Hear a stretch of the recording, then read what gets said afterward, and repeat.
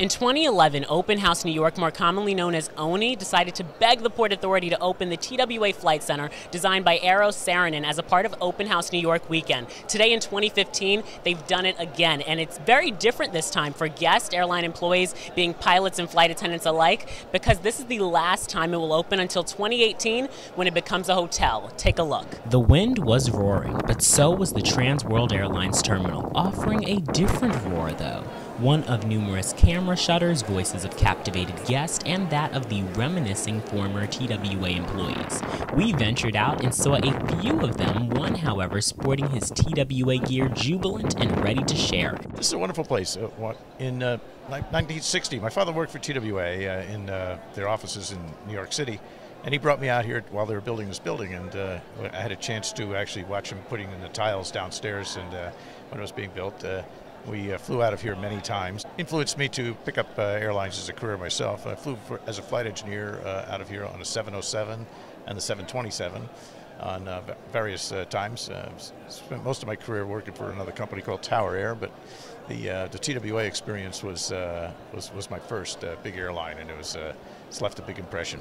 And he's not alone, so many agreeing that TWA and this iconic terminal has done just that. Some were elated to check out how the old bar looked, proving the truth to the fact that the terminal for the most part looks exactly how it did back in the 1960s.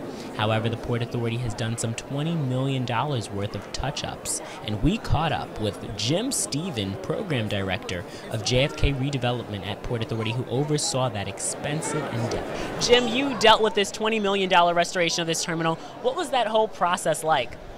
It was really challenging. We have a memorandum of agreement with a number of parties, a lot of preservation groups, Municipal Arts, ACHP, Docomomo, and countless others who have a real sense of historic preservation, and they wanted to make sure that we were following all of the Secretary of the Interior's preservation guidelines. We had a really good team from the Port Authority to do that $20 million.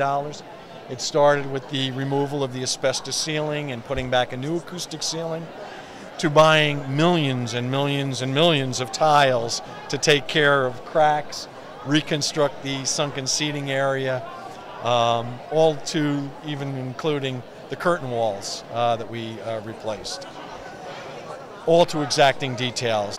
And so now we're looking at a hotel in 2018. What is that looking like in terms of dealing with infrastructure, and how many, just in total, how is that going to work? As you probably have seen in the press, Tyler Morse MCR JetBlue will be investing about $265 million in their development. It will include the 2 annexed hotel buildings, conferencing facilities, relifing restaurants, and bringing them all back up to the standards of the 60s.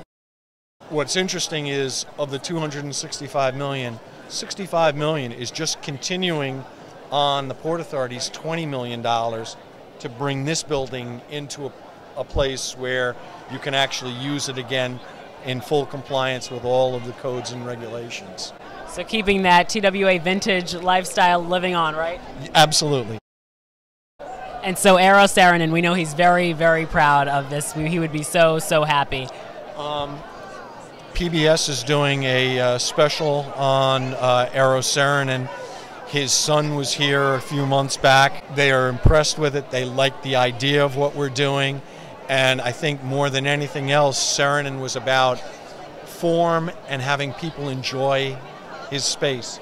And looking at this today, it doesn't get any better than this. For sure. I mean, everyone we spoke with is enjoying this times a million. Everyone is so happy, and it's so great to celebrate. Anybody without a smile on their face? No, not at all.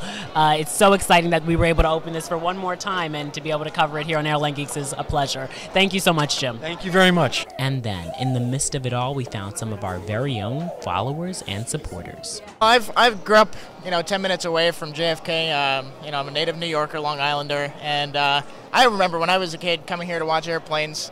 TWA was still flying. It was very popular, and it was something that I didn't think would ever go away. I've been wanting to get into this building forever. By circumstance, I was able to be here today. In fact, my friend David kind of messaged me and said, "Hey, you're going to the TWA building?" I said, "What? I didn't even know." So it's incredible. Yeah, I can totally relate because I remember last year when I found out about it, I was like, oh my God, no, it closed. Like, I missed it. And then for them to open it again is so awesome. And we're all just reminiscing in this TWA life. What about you? Yeah, no, this is a wonderful event. And I've geeked, obviously, like you too. And I never got to fly out of this building or anything, or not that I can remember. But the last few years, they've had Open House New York in this building. And this year, the event was advertised as likely the last chance before they start the hotel construction, and the turnout, I knew it would be crowded here today, but this has blown my mind. To bring back to an age of nostalgia flying, which I think none of us remember by any means. I mean, I'm in my 40s and I don't even remember it. So it was even before my time. So seeing that young gentlemen like the Airline Geeks, it's like another world to you. Another world it was, one we were honored to have experienced and grateful for too. We just finished reminiscing in the vintage jet age that so many have missed and loved for years. The terminal has only opened to the public once this year, which is today, and we are so excited to be able to have captured that vintage jet age for you. Many excited that it will be a hotel in a few years. That's in 2018, as OHNY, the open house in New York, which hosts the event, said that would be happening in 2018, where it would be a hotel. Port Authority is working with MCR Development to make sure that happens, and it's a $265 million investment into this terminal, but many saying, well, worth it, because they want to be able to reminisce in this jet age that they have missed for so long. As you can see here in a really great view, the Aero terminal, designed by him, that he is so particular in making sure that it was a flying bird and that it looked like that. And you can see that here pretty well, that it looks like a bird ready to take off, and many are ready to take off into the years ahead to get to see this beautiful terminal turned into a hotel where they're going to be able to really enjoy air travel and that jet age. And we are so excited to be reporting from John F. Kennedy International Airport. Malik Mercier, AirlineGeeks.com.